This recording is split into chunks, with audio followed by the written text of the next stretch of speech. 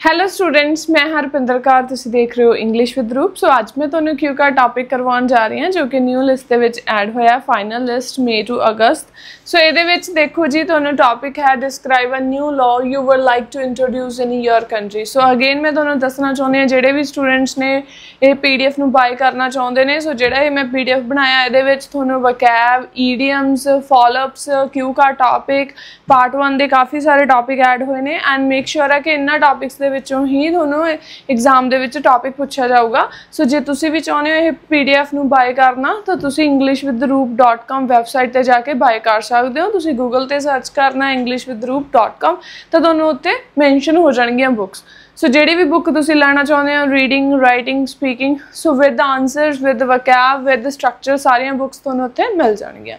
Start करते हैं जी topic. So ये हैगा describe a new law you would like to introduce in your country. So कोई नवा कानून जो तुसीं इंट्रोड्यूस करना चाहुंदे हो, कहने वट लॉ इट इज़, किहड़ा लॉ है, what changes this law brings, इहदे नाल किहड़ियां चेंजिस आउणगीआं, whether this new law will be popular, ठीक है भी यह की पॉपुलर होगा, how you come up with the new law, ਤੁਹਾਨੂੰ ਕਿਵੇਂ ਪਤਾ, ਲਾਈਕ ਤੁਹਾਡੇ ਮਾइंड 'ਚ ਕਿਵੇਂ ਆਈਡੀਆ ਆਇਆ ਇਸ ਲਾਅ ਬਾਰੇ।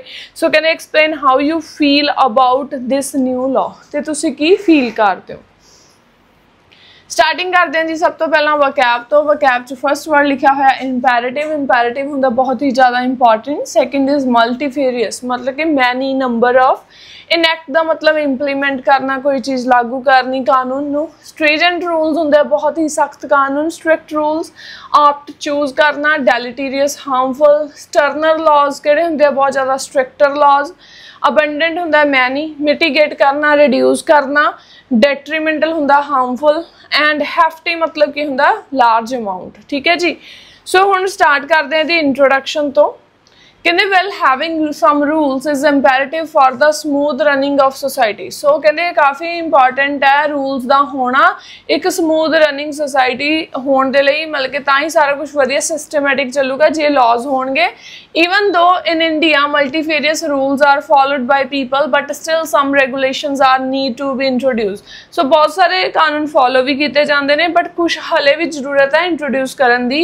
Hair today I am going to talk about the particular rule that authorities should enact। so एक मैं law की गल करन जा रहा जेड़ा enact करना चाहिए, that is none other than making stringent rules against trashing things that are commonly seen in different parts of the world। so trashing things ਦਾ मतलब ਕੀ ਆ ਵੀ things ਨੂੰ ਕਿਸੇ ਵੀ ਸਮਾਨ ਨੂੰ ਕਿਤੇ ਵੀ ਸੁੱਟ ਦੇਣਾ, wastage है ना भी increase ਹੁੰਦੀ ਆ। so ਇਸ ਤੇ ਕਹਿੰਦੇ ਮੈਂ ਚਾਹੁੰਦਾ ਕਿ ਇਸ ਉੱਤੇ law ਹੋਵੇ, ठीक है।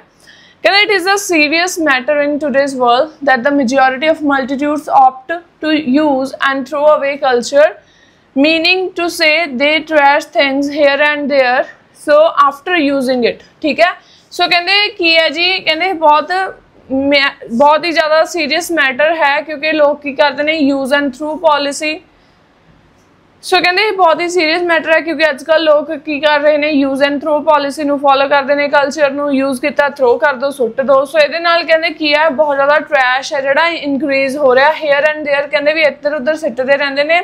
सो कहते डंपिंग थिंग्स, डंपिंग होंदा सुटना, not only causes wastage of material but is also deleterious for the environment as it leads to soil and water pollution. So कहते बहुत ही ज़्यादा हार्मफुल है। ਇਹਦੇ ਨਾਲ ਕੀ ਹੋ ਰਿਹਾ, ਇੱਕ ਤਾਂ ਵੇਸਟੇਜ ਹੋ ਰਹੀ ਹੈ ਮਟੀਰੀਅਲ ਦੀ, ਦੂਸਰਾ ਕਹਿੰਦੇ ਹਾਰਮਫੁਲ ਹੈ, ਇਹਦੇ ਨਾਲ ਸੋਇਲ ਵੀ ਕਹਿੰਦੇ ਪੋਲਿਊਟ ਹੋ ਰਹੀ ਹੈ, ਵਾਟਰ ਵੀ। However, when the government implements sterner laws, then it brings abundant benefits either for society or the environment। ਜੇ ਗਵਰਨਮੈਂਟ ਕਹਿੰਦੇ ਇਨੈਕਟ ਕਰਦੀ ਹੈ ਤਾਂ ਬਹੁਤ ਜ਼ਿਆਦਾ ਬੈਨੀਫਿਟਸ ਹੋਣਗੇ ਸੋਸਾਇਟੀ ਦੇ ਲਈ ਵੀ, ਇਨਵਾਇਰਨਮੈਂਟ ਦੇ ਲਈ ਵੀ। ਸੋ ਕਹਿੰਦੇ if I talk about society, avoiding trashing things here and there can mitigate the wastage of things in different areas of society, which can make the society attractive and clean. While in the case of environment, it is more likely to prevent pollution, as when things are thrown by individuals, they can mix in water and soil, which creates pollution in the environment. So कहते जे मैं society की गल करा तो की फ़ायदा होगा, जे मैं एनवायरनमेंट की गल करा तो की फ़ायदा होगा। कहते instead this can prove detrimental for both humans and animals, दोनों के लिए बहुत हानिकारक है। Moreover, I came up with this law after observing the heaps of garbage on the side of roads which looks too ugly and decrease the beauty of any specific area. So मेरे mind च कदों आया जदों कहंदे मैं बहुत observe किया, like गंदगी देखी, हीप्स ऑफ कूड़े दे ढेर देखे, ठीक है। सो सारा कुछ देख के कहंदे जो कि कहंदे किसी भी स्पेसिफिक एरिया की ब्यूटी नूं घटा रहा। I feel that the government should impose punishment and fine for this kind of action. So मैनू लगता है कि गवर्नमेंट नूं punishment देनी चाहिए है, प्लस फाइन भी लगाना चाहिए है। In the fear of hefty amount of fine, people will avoid wasting commodities as well as they may appropriately use their thing. So जो कहते इन्नी हैवी अमाउंट होगी फाइन की तो वो इस गल तो लाइक अवॉइड करनगे, ठीक है, भी वो इदा कुछ भी इधर उधर ना सुट्टन। सो ये कहते की है वो की है एप्रोप्रीएटली। सो ये कहते की होगा एप्रोप्रीएटली वो थिंग्स का यूज करेंगे। At last, I really feel that this rule can be fruitful for making our society and environment more clean. All in all, this rule that I want to introduce in my nation. So, ये वो rule है जिसनों कहते मैं introduce करना चाहना। So, हुणे दे follow-ups question ने जी। Follow-ups question again, जिद्दां दा तुसी rule कहोगे, ओदे related थोनों follow-ups question पूछे जाएंगे। कहते what rules should students follow at school? Common topic ते हो सकते हैं जिमें school ते ने। सो किद्दां दे रूल्स फॉलो करने चाहिए बच्चों नूं? कहते student should follow several important rules at school to ensure a positive and productive learning environment. They must show respect to teachers, staff and fellow student, fostering a community of mutual respect and support. Additionally, students should also contribute to a clean and safe environment by taking care of school property and following safety guidelines. So काफ़ी सारे important rules कहने उन्होंने follow करने चाहिए हैं, respect करनी चाहिए teachers the, staff the, fellow students the.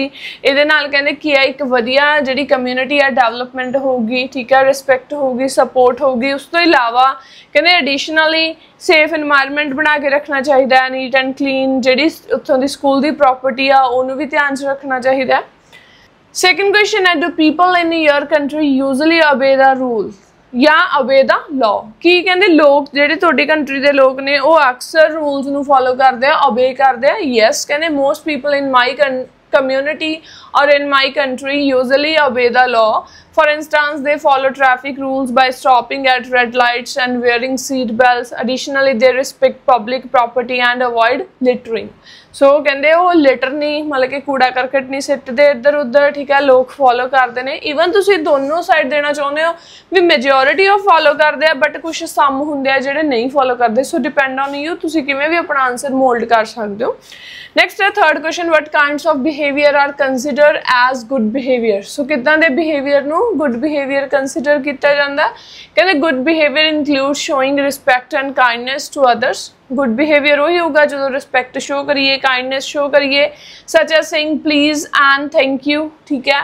It also involves being honest and trustworthy, keeping promises and telling the truth. Additionally, helping others and contributing positively to the community are important aspects of good behavior. So, ये सारे ही sign ने good behavior दे। Fourth question है, do you think children can learn about the law outside of school? कि children सीख सकते हैं कहते भी जो लॉ है भी स्कूल तो बाहर? Yes, children can definitely learn about the law outside of school. Parents and guardians play a crucial role by discussing laws and their importance in everyday life. Community programs such as those offered by local libraries or youth organization provide practical knowledge about legal responsibilities. Parents दस सकते हैं, है ना, community दस सकती है। Additionally, educational TV shows, books and interactive online resources can make learning about the law engaging and accessible. इस तो इलावा TV दे shows देख सकते हैं, books तो हो सीख सकते हैं। नेक्स्ट है fifth, what are the benefits of for people to obey rules? की फायदा होगा लोगों को?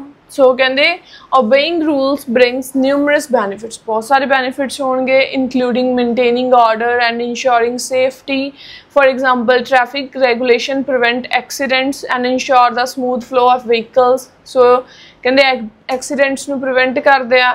ਜਿਹੜੇ ਟ੍ਰੈਫਿਕ ਰੂਲਸ ਨੇ, reducing the risk of injuries and fatalities, additionally following public health guideline such as vaccination and hygiene practices. ਜੇ ਕਹਿੰਦੇ medical line ਦੀ ਗੱਲ ਕਰੀਏ, ਜੇ ਸਾਰਾ ਕੁਛ ਆਪਾਂ ਫੋਲੋ ਕਰਦੇ ਹਾਂ, help prevent the spread of disease. So ਜੇ ਆਪਾਂ ਪ੍ਰੋਪਰਲੀ ਵੈਕਸੀਨੇਸ਼ਨ ਹਾਈਜੀਨ ਕਰਦੇ ਪਏ ਹਾਂ, ਪ੍ਰੋਪਰਲੀ ਨੀਟ ਐਂਡ ਕਲੀਨ, ਤਾਂ ਕਹਿੰਦੇ ਆਪਾਂ ਨੂੰ ਡਿਸੀਜ਼ ਨਹੀਂ ਹੋਣਗੀਆਂ।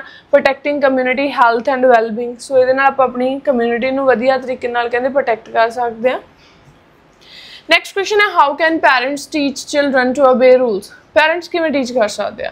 different ways ਦੇ ਨਾਲ parents can teach children to obey rules by setting clear expectations and consequences and explaining the reason behind the rules, ki reason है ना rules ਦੇ ਪਿੱਛੇ। they can engage children in discussions about rules, encouraging them to ask questions and understand the importance of following rules in different situations। so encourage ਕਰ ਸਕਦੇ ਆ, motivate ਕਰ ਸਕਦੇ ਆ, ਦੱਸ ਸਕਦੇ ਨੇ ਵੀ rules follow ਕਰਨ ਦੀ ਕੀ importance ਆ। for example, if a child follows the rule of cleaning up toys after playing, parents can praise them and offer a small reward as encouragement। ਜੇ ਕਹਿੰਦੇ ਉਹਨਾਂ ਦਾ ਬੱਚਾ ਖੇਡਣ ਤੋਂ ਬਾਅਦ ਆਪਣੇ ਟॉयਜ਼ ਨੂੰ ਕਲੀਨ ਕਰਕੇ ਰੱਖਦਾ ਤਾਂ ਪੈਰੈਂਟਸ ਨੂੰ ਆਪਣੇ ਬੱਚੇ ਨੂੰ ਇਨਕਰੇਜਮੈਂਟ ਦੇਣੀ ਚਾਹੀਦੀ ਆ, ਰਿਵਾਰਡਸ ਦੇਣੀ ਚਾਹੀਦੀ ਆ ਕਿ ਉਹਨੇ ਬਹੁਤ ਵਧੀਆ ਕੰਮ ਕੀਤਾ। ਸੋ ਇਸ ਤਰ੍ਹਾਂ ਕਹਿੰਦੇ ਉਹ ਜਿਹੜੇ ਪੈਰੈਂਟਸ ਨੇ ਆਪਣੇ ਬੱਚਿਆਂ ਨੂੰ ਰੂਲਸ ਫੋਲੋ ਕਰਨਾ ਸਿਖਾ ਸਕਦੇ ਨੇ।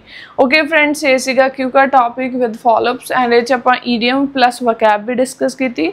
ਸੋ ਜੇ ਤੁਹਾਨੂੰ ਮੇਰੀ ਕਲਾਸ ਵਧੀਆ ਲੱਗੀ, ਲਾਈਕ ਤੇ ਕਮੈਂਟ ਕਰਕੇ ਜ਼ਰੂਰ ਦੱਸਣਾ। ਮਿਲਦੇ ਹਾਂ ਜੀ ਨੈਕਸਟ ਕਲਾਸ ਦੇ ਨਾਲ। Bye bye, take care.